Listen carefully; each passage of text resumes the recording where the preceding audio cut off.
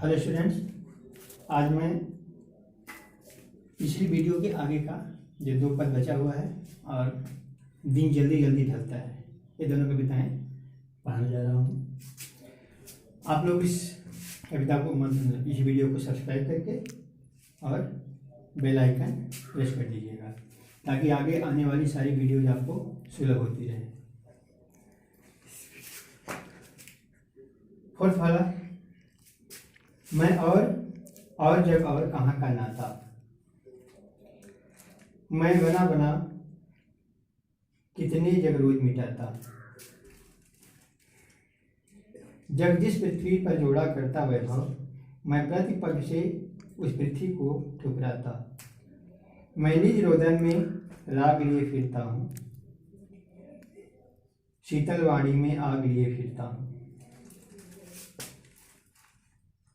वह जिस पर भूपों के प्रासाद निछावर, मैं वह खंडहर का भाग लिए फिरता हूँ।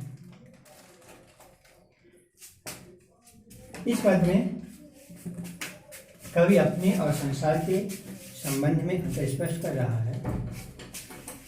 यहाँ कवि महल और खंडहर के महत्व को बताते हुए इसका अर्थ स्पष्ट करता है। वो बताता है कि मैं और जब मैं और हूँ, अलग हूँ। और का मतलब होता है यहाँ पर और शब्द का प्रयोग 3 बार हुआ है। यानी अगर एक शब्द एक से अधिक बार प्रयुक्त होता है और इसके अर्थ अलग अलग होते हैं तो वहाँ पर यमक अलंकार होता है। और शब्द में यहाँ पर यमक अलंकार है क्योंकि मैं और कभी कहता है कि मैं अलग होने के भाव में, मैं गुण एवं स्वभाव से संसार से अलग हूँ। और जब और मैं अलग हूँ और यह संसार गुण स्वभाव से अलग है। सब माया मोह में फंसे हुए हैं और हमें इस माया मोह के चक्कर में नहीं फंसना है। हम अपने जीवन को अच्छी तरह से भोग चुके हैं। जो सुख सुविधा हमको लेना था हम ले चुके हैं। अब हमको सिर्फ संसार में हमारे जीवन का एकमात्र उद्देश्य है सारे संसार में प्रेम बांटना। तो कहता है कि मैं और जब और कहाँ का नाता, इसलिए हमारे और हम इस दुनिया के बीच में कोई विशेष नाता नहीं है। नाता है जो सिर्फ एक है कि मैं इस दुनिया के दुखों को दूर करना चाहता हूँ और इस दुनिया में प्यार बांटना चाहता हूँ। मैं बना बना कितने जग रोज मिटाता, मैं कितने संसार रोज बना करके और मिटाता रहता हूँ। कवि के कहने का आशय है कि कल्पना, जिसने अगर कोई विचार नहीं किया, कोई कल्पना नहीं की, कोई भाव जिसके अंदर नहीं है, वह जिसने कुछ सोचा ही नहीं उसने कुछ किया ही नहीं। कुछ करने से पहले हमको एक लक्ष्य का निर्धारण करना पड़ता है। तो कवि का अर्थ ये है कि वह कल्पनाओं के अनेकों संसार प्रतिदिन बनाता और मिटाता रहता है। दुनिया का ये नियम है, ये माया मोह के चक्कर में फंसी हुई है। इसमें व्यक्ति हमेशा सुख सुविधा, धन दौलत, यश वैभव के चक्कर में हमेशा परेशान रहता है, भागता रहता है। इसलिए कवि कहता है कि मैं ऐसे संसार को जिसके पीछे सारे लोग दौड़ते रहते हैं, मैं उसे कितने संसार बना के मिटाता रहता हूँ। जब जिस पृथ्वी पर जोड़ा करता वैभव, ये संसार जिस पृथ्वी पर वैभव जोड़ता है, धन संपत्ति, लोभ, प्रतिष्ठा, मान प्राप्त करने की इच्छा से हमेशा तत्पर रहता है, मैं प्रति जग से उस पृथ्वी को ठुकराता, मैं प्रतिपग से उस पृथ्वी को ठुकराता, मैं अपने उस पृथ्वी को अपने पैरों की ठोकर से मार देता हूँ। यानी कहने का आशय है कि कवि के हृदय में किसी चीज़ के प्रति कोई लोभ, स्वार्थ की भावना नहीं है। मैं निज रोदन में राग लिए फिरता हूँ, शीतल वाणी में आग लिए फिरता हूँ। कभी कहता है कि मैं रोता हूँ संसार को देख करके, रोता हूँ संसार के स्वार्थ को देख करके मेरा हृदय व्यथित हो जाता है और मैं उसकी वाणी को अपनी शीतल वाणी में, शीतल शब्दों में कहता हूँ। और वह कविता के जो शीतल शब्द हैं, मधुर जो शब्द हैं, वे आग की तरह क्रांति पैदा करते हैं, समाज में क्रांति के बीज होते हैं। वह जिस पर भूपों के प्रासाद निछावर, जिस पर हजारों राजाओं के महल भी न्यौछावर हो जाएं। मैं ऐसे स्वभाव व गुण, ऐसे गुणों का प्रसार करना चाहता हूँ। मैं वह खंडहर का भाग लिए फिरता हूँ। मेरा जो हृदय है वह भग्न उस प्रासाद की तरह सैकड़ों महलों के खंडहर की तरह से ही प्रभावी है। अर्थात कभी कहता है कि मेरे हृदय में कोई लोभ, स्वार्थ, ममता इस तरह की कोई भावना नहीं है। हमें किसी संपत्ति, किसी वैभव, किसी मान, किसी प्रतिष्ठा के चक्कर में नहीं पड़ना है। और इसी तरह से व्यक्ति सच्चे जीवन को जी सकता है। इसमें शीतल वाणी में आग लिए फिरता हूँ। कहने का आशय है कि मधुर शब्दों के द्वारा क्रांति के बीज बोना। कवित्व वह शैली होती है, वह प्रक्रिया होती है जिसमें आदमी वाणी के द्वारा ही भयंकर से भयंकर क्रांति कर सकता है, व्यक्ति के हृदय में विचारों का तूफान मचा सकता है। नेक्स्ट अगला वाला देखिए। मैं रोया इसको तुम कहते हो गाना, मैं फूट पड़ा तुम कहते छंद बनाना। इसमें कवि कहता है कि मैं तो रोया। इसमें कवि के कहने का आशय है कि कवि के हृदय में कवि बनने का कोई लालसा है नहीं। वह कवि बनने के लिए अपनी रचनाएं नहीं करता, वो कविता लिखना नहीं चाहता। उसने तो अपने मन के भावों का रोदन प्रकट किया है, दुख प्रकट किया है। कहता है कि मैं रोया इसको तुम कहते हो गाना। मैंने तो सिर्फ अपना रुदन प्रकट किया है और तुम कहते हो कि मैं तो कविता बनाता हूँ, गाना गाता हूँ। मैं फूट पड़ा तुम कहते छंद बनाना। मैं संसार के विषमताओं को देख करके फूट पड़ता हूँ, दुखी हो जाता हूँ, और तुम कहते हो कि ये तो छंदोबद्ध रचना होती है। जैसे हमारे यहाँ वाल्मीकि कवि ने जब निषाद को श्राप दिया था तो उनके हृदय में कवित्व का कोई इच्छा ही नहीं थी, और क्रोध के मारे उनके मुख से मानसांग प्रतिष्ठान्तम तमः शाश्वती समाह यद क्रोध मिथुना देखम अवधेय काम मोहितम। संस्मृत हमारे महाकाव्य का पहला छंदोबद्ध रचना प्रकट हुई थी। इसी तरह कवि कहता है कि मेरी इच्छा नहीं है, मैं कभी बनना नहीं चाहता, लेकिन तुम कहते हो कि मैं छंद बनाता हूँ। मैं तो सिर्फ अपने हृदय के भावों को प्रकट करता हूँ। क्यों कवि कहकर संसार मुझे अपनाए। कवि को दुख है, कहता कि मुझे संसार कवि क्यों कहता है, मैं तो कभी नहीं बनना चाहता। मैं दुनिया का हूँ एक नया दीवाना।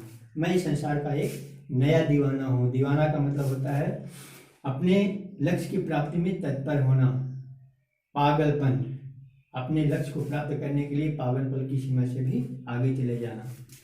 तो कहता है कि मैं तो अपने लक्ष्य की प्राप्ति के लिए, मैं सारे संसार में प्रेम बांटने के लिए संकल्पबद्ध हूँ, पागलपन की हद से भी आगे जाने वाला हूँ। मैं दीवानों का वेश लिए फिरता हूँ और मैं इस पागलों का वेश धारण करके सारे संसार में घूम रहा हूँ, सारे संसार को प्रेम बांटने का प्रयास करता हूँ। मैं मादकता निशेष लिए फिरता हूँ। मादकता का अर्थ होता है खुशी की विह्वलता, खुशी के भाव। अगर पागलपन की सीमा तक पहुँच जाते हैं उसे मादक कहते हैं। मादकता नशा, जैसे शराब की नशा, वो मादकता। तो कहता है मैं मादकता निशेष लिए फिरता हूँ। मेरे हृदय में मादकता है, नशा है, जोश है, आनंद है, ये अखंड असीम है, भरा हुआ है, जिसको सुनकर जग झुके लहराए।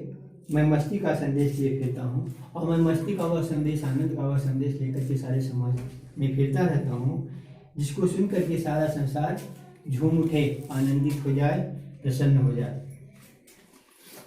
इस कविता में हम बताना चाहते हैं कि कवि कहना चाहता है कि वह अपने को कोई कवि नहीं मानना चाहता, वह एक संसार में प्रेम का संदेश वाहक के रूप में अपने आप को प्रस्तुत करना चाहता है। अगली कविता है दिन जल्दी जल्दी ढलता है। दिन, ये रचना निशा निमंत्रण हरिवंश राय बच्चन के द्वारा लिखित है। निशा मतलब होता है रात, निमंत्रण मतलब बुलावा। रात्रि अंधकार, अंधकार रात्रि के आने पर अंधकार हो जाता है, और ये अंधकार प्रतीक होता है दुखों का, अवसाद का, अंधेरे का। और दिन सुख का प्रतीक होता है, खुशियों का प्रतीक होता है। तो हमारे जीवन में सुख और दुख, सुख खुशी का प्रतीक है, और प्रकाश का प्रतीक है, दिन का प्रतीक है, और जो रात्रि है वो अंधेरे का प्रतीक है, दुख का प्रतीक है।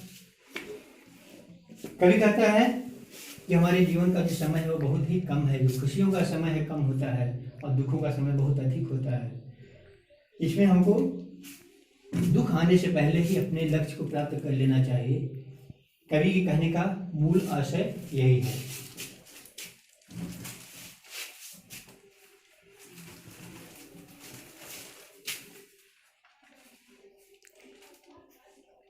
दिन जल्दी जल्दी ढलता है।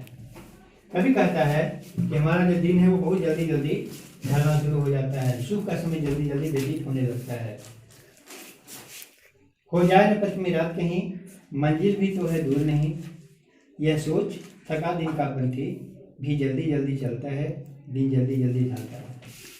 अभी हमने बताया कि हमारे जीवन में जो खुशी का, जो सुख का माहौल का समय होता है वो बहुत ही कम होता है, और रात्रि के आने का जो भय होता है, जो दुखों के आने का भय होता है, वो हमारे उस सुख के समय को भी नष्ट कर देता है। कभी कहता है कि नष्ट मत करो, जो सुख मिलता है उसे सुख की तरह से आनंदपूर्वक व्यतीत करो। दुख और सुख तो मन के विकल्प हैं।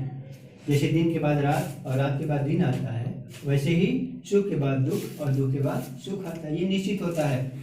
इसलिए हमको जो सुख का समय मिलता है उसे हमें व्यर्थ ही नष्ट नहीं कर देना चाहिए।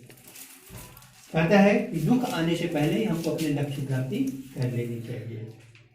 हो जाए न पथ में रात कहीं, कहीं हमारे रास्ते में रात न हो जाए, कहीं अंधेरा न हो जाए, मंजिल भी तो है दूर नहीं, हमारी मंजिल भी दूर नहीं, हमारा लक्ष्य भी अब दूर नहीं है।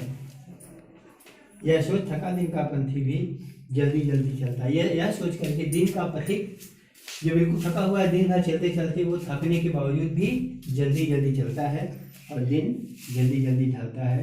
हमारे सुखों का समय बहुत ही जल्दी ढल जाता है।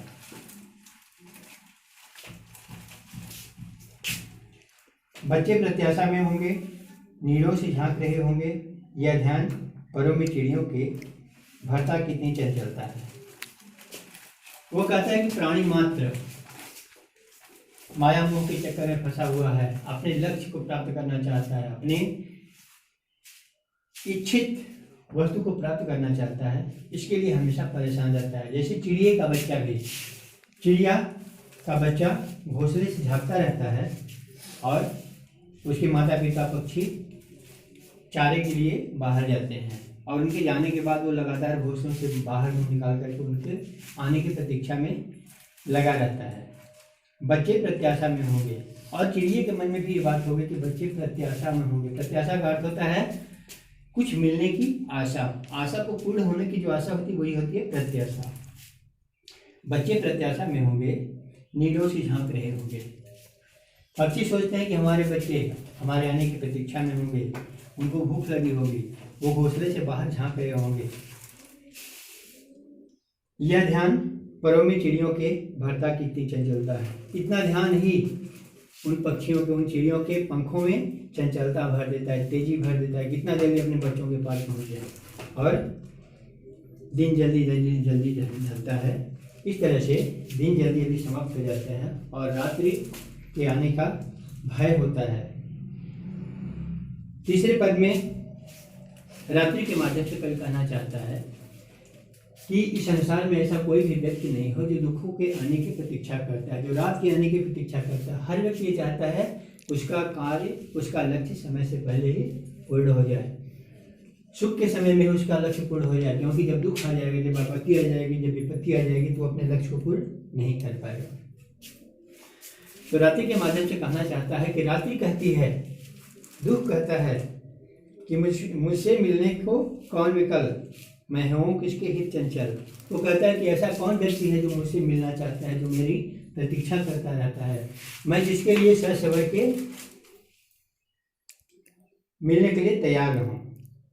यह प्रश्न शिथिल करता मन को, भरता उर्मी विह्वलता है, दिन जल्दी जल्दी ढलता है। और यही प्रश्न हृदय को व्यथित कर देता है, कभी हृदय को व्यथित कर देता है, दुखी कर देता है कि ऐसा कोई व्यक्ति नहीं है जो दुखों का इंतजार करता है, जो दुख आने की प्रतीक्षा करता है, और दिन जल्दी जल्दी ढलता है, इसलिए रात्रि आने से पहले ही, दिन के समय में ही, सुख के समय में ही हमें अपने कार्य को, अपने लक्ष्य को पूर्ण कर लेना चाहिए, अपने मंजिल को प्राप्त कर लेना चाहिए, ताकि हमारा कोई कार्य अधूरा न रह सके।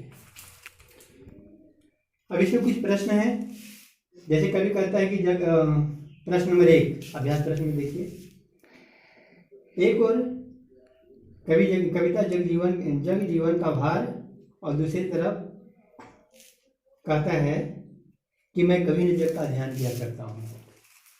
आशय है, कभी कहता है कि जो मेरा जीवन है वो एक बोझ के समान प्रतीत होता है। कहने का आशय कि उसने अपने जीवन में जो भी उसका लक्ष्य था उसे प्राप्त कर लिया है, अब उसे कुछ प्राप्त करने की इच्छा नहीं है। लेकिन और दूसरी तरफ वो कहता है कि मैं इस सारे संसार का कोई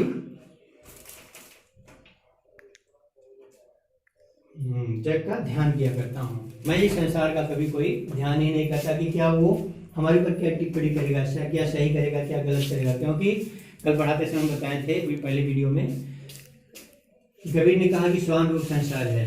कभी भी यही कहना चाहता है कि जो भी इस संसार में अच्छा करो या बुरा करो, उसको टिप्पणी करने की आदत है, इसलिए हमको अपना कर्म करना चाहिए और संसार की बातों का ध्यान नहीं देना चाहिए। दूसरा इंपॉर्टेंट प्रश्न इसका है, जहाँ पर दाना रहते हैं वहीं पे नादान भी होते हैं। क्योंकि यहाँ पर अगर मूर्ख और समझदार दो प्रकार के व्यक्ति नहीं होंगे तो अगर एक ही प्रकार के व्यक्ति होंगे तो दूसरे की कल्पना भी नहीं की जा सकती। इसलिए इनको परखने के लिए दोनों का होना आवश्यक होता है। नादान और दाना मतलब होता है बुद्धिमान। मैं और जब और कहाँ करना था, हम अभी पढ़ाते बताए हैं। इसमें और जो शब्द है वो 3 बार आया है, जिसमें 2 पहले और दूसरे स्वभाव और गुणों को प्रकट करते हैं। कभी अपने स्वभाव कहता है कि मेरा स्वभाव अलग है, और दूसरा जो शब्द है वो समुच्चय बोधक है, जोड़ता है दोनों शब्दों को, और संसार को और कहता है, यानी संसार में स्वभाव और गुण की भी भिन्नता बताता है। तीसरा बताया गया अभी शीतल वाणी में आग। कहने का मतलब है कि मधुर शब्दों के द्वारा जो संसार में जो हमारे समाज में क्रांति के बीज बोए जाते हैं उन्हें ही शीतल वाणी में आग कहा गया है। बच्चे किस आशा में नीड़ों से झांक रहे होंगे, ये बताया गया कि बच्चे कुछ पाने की आशा में अपने माता पिता को आने की प्रतीक्षा में अपने नीड़ों से, अपने घोंसलों से, अपने घरों से बाहर झांक रहे होंगे, देख रहे होंगे, उनका इंतजार कर रहे होंगे। दिन जल्दी जल्दी ढलता है कि आवृत्ति से कविता की किस विशेषता का पता चलता है। बताया गया है अभी कि दिन जल्दी जल्दी ढलता है, एक इस पर बल देता है कि हमारे सुख का समय अति शीघ्र बहुत ही कम होता है, जल्दी समाप्त हो जाने वाला होता है, इसलिए जल्दी जल्दी ढलता है पर बल दिया गया है।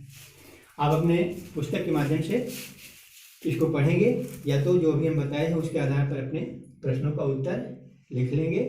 इस वीडियो को 1 बार 2 बार 3 बार पढ़ करके पूरे पाठ को अच्छे से समझ लेंगे, और अन्य मित्रों को शेयर जरूर कर दें ताकि कोई भी इस पढ़ाई से वंचित न रह जाए।